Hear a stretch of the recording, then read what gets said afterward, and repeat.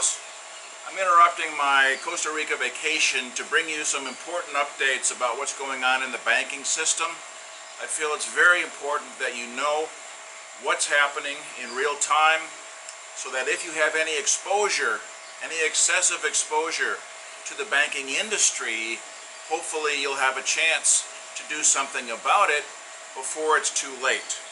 Okay, so this is a warning, and obviously we're going to have some potential solutions for you. So before I get to the update and what's new, what's happening, let me just review some of the key points that we've talked about in previous videos in case you've missed those, or just to summarize. Okay, number one, we remember back in 2008 that the banks were in a critical liquidity crisis. Credit was ready to dry up and just completely stop the entire economy. It was at a crisis level, and what happened? The banks, or the governments, came in to bail them out. It was a bailout by the government, and basically it paid the chief banking executives billions of dollars to line their pockets, and as a secondary benefit, helped bring the bank back to a liquid status, which was an improvement over the dilapidated state that these same executives who have enriched themselves created in the first place, with poor decision making and bad wagering. Okay, so those were the bailouts. Now that's not going to happen anymore. The laws have changed. You've heard of bail-ins, right? If you're not familiar with that term, a bail-in is where the bank will give a haircut to all of its customers. In other words, they will take a percentage of the deposits of each and every customer to make themselves liquid again, to pay for their own mistakes. So you pay for the banker's mistakes. All right? That's basically thievery. Now, other laws have come to the fore, which are quite interesting, which basically state that once you give a deposit to your bank, you are no longer owner of that money. You do not claim ownership to the funds you've deposited with the bank, at least in the United States, and I know certain other European countries as well as others around the world. Well, if you're not the owner of the deposits you put in the bank, who is? Well, the bank.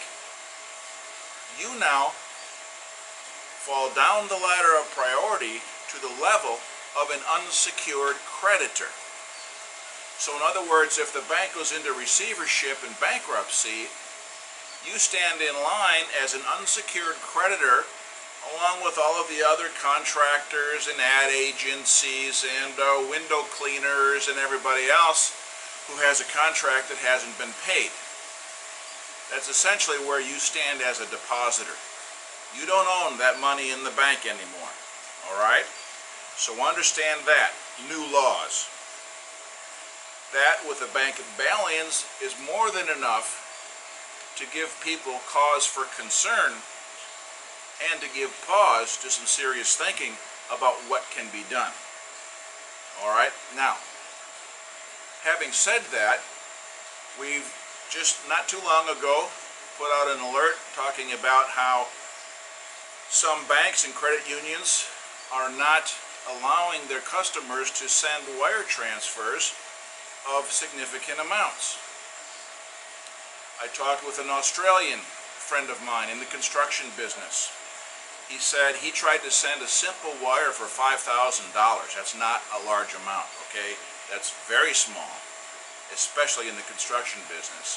And the bank just gave him hell asking for details and papers and contracts and lists of suppliers and architectural drawings, and the list just went on and on and on, digging into every nook and cranny of his business in order to give him permission to send $5,000. And that's the state of banking in many banks around the world. We've experienced that ourselves. I just closed a corporate bank account with a bank that took the same attitude. They wanted to ask a long list of questions about this transfer. Who's it going to? What's their web page? What's their business? Why do you need to send it? Do you have an invoice? All these crazy things. As though they're my babysitter, whom I have to get permission from to use my own money. These are things going on now every day. All right, it's a serious issue. You know, it's much like, this is what they call conservation efforts. You remember the old series, the Beverly Hillbillies, right? And you remember when whenever Jed wanted to invest in a new property or anything for that matter, Mr. Drysdale would be there at his doorstep saying, no, no, no, no, no, Jed, that's risky. You can't do that.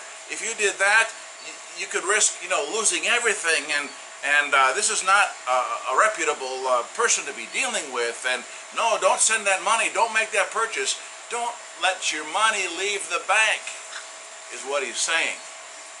They want to keep the money in the bank. And we've had several accounts of that happening just in recent days. Conservation efforts, where one attempts to move their funds and the bank comes up with all kinds of excuses why not. And so in the end, if you've got them into a corner, what they do is they just claim, oh, we suspect there could be fraudulent activity, when of course there's no such thing whatsoever. We suspect it could be fraudulent, so for security we're going to have to lock this down. Okay, these are going on every day. So we need to know about that, be aware of it, and minimize your exposure to this kind of risk. Alright, I'm telling you this now, hopefully you can take some proactive action and protect yourself.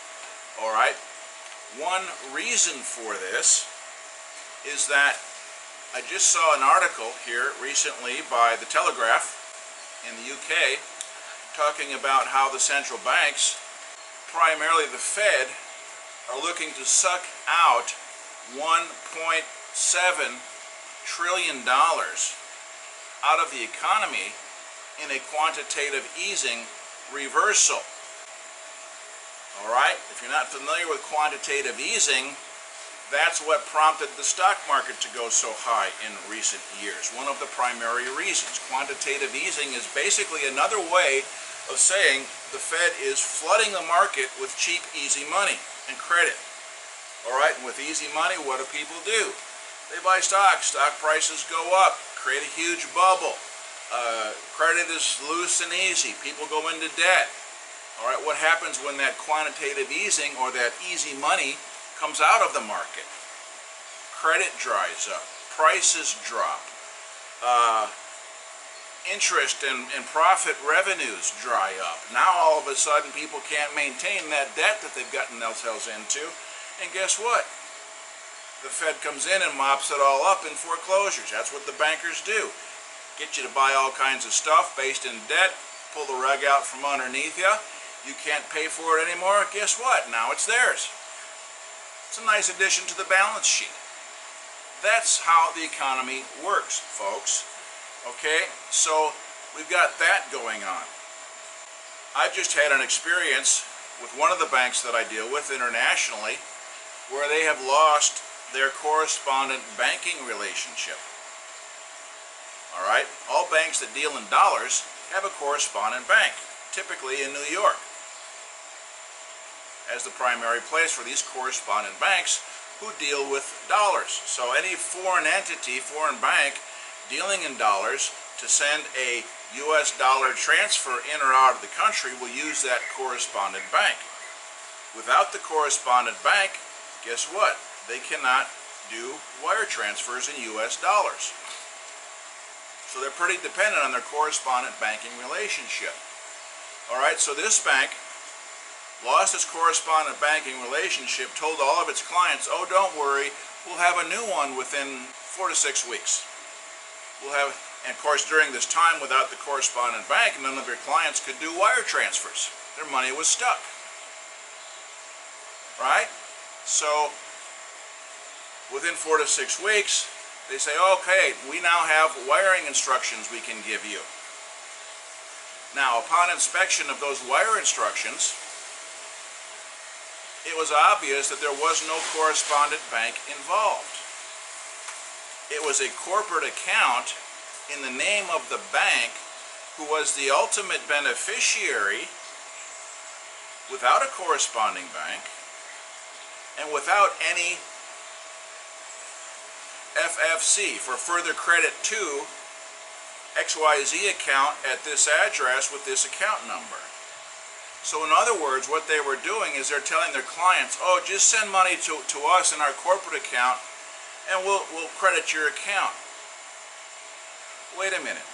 If there is no ultimate beneficiary listed on that wire, i.e. you, if you're the receiver, your company, without a name, address, and account number, again, people are just sending money to the corporate account of the bank. And you have to trust them to give you credit. There's no audit trail.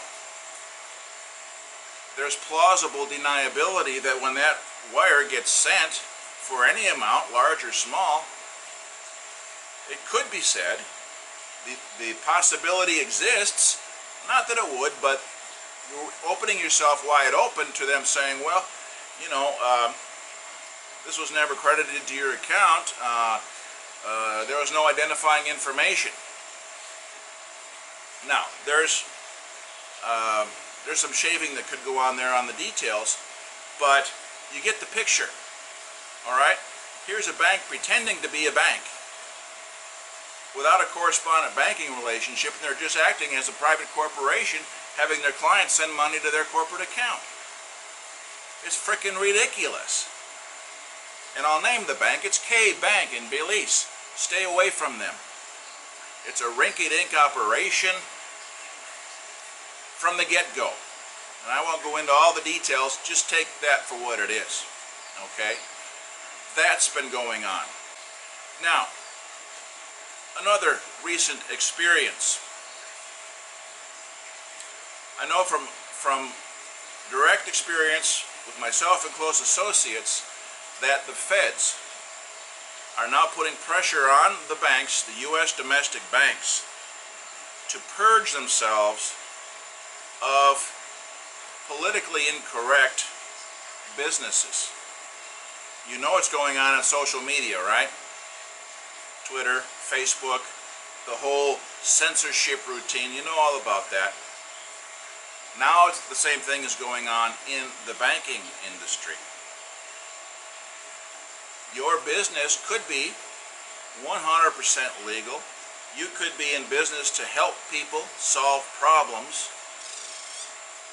doing things on the up and up, operating in complete honesty and transparency, but if your business is perceived as being, shall we say, anti-social in terms of the globalist agenda, your account could be shut down. I saw it happen just last week. The banker made an off-the-record comment saying, yes, I know your account and your business is good and clean and legal and everything is fine, but he said, and listen to this, they are forcing us to close it. They, we know who they is. The regulators. And who do the regulators get their marching orders from?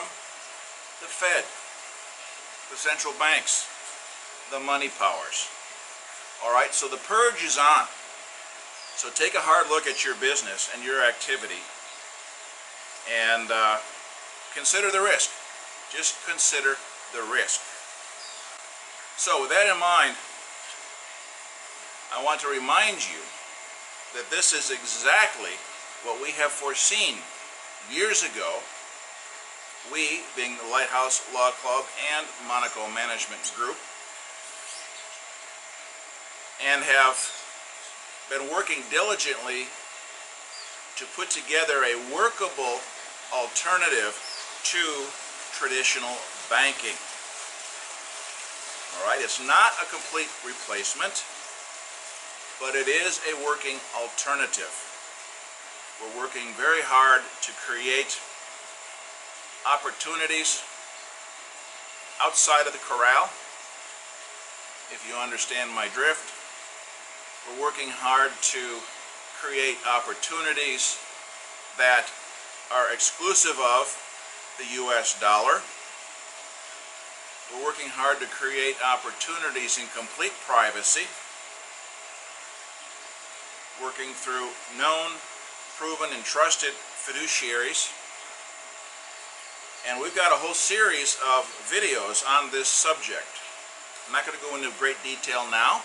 There's plenty of detail already on the YouTube webpage and vimeo.com/Mark Emery. I encourage you to look at those videos in the financial privacy playlist. And I'll be creating a new video to really summarize everything in detail in a short summary for easy digestion of some of the more pertinent facts involved. Okay? So take this warning to heart. Evaluate your position as it relates to the banks and banking, whether it's U.S. banking or anywhere in the world for that matter.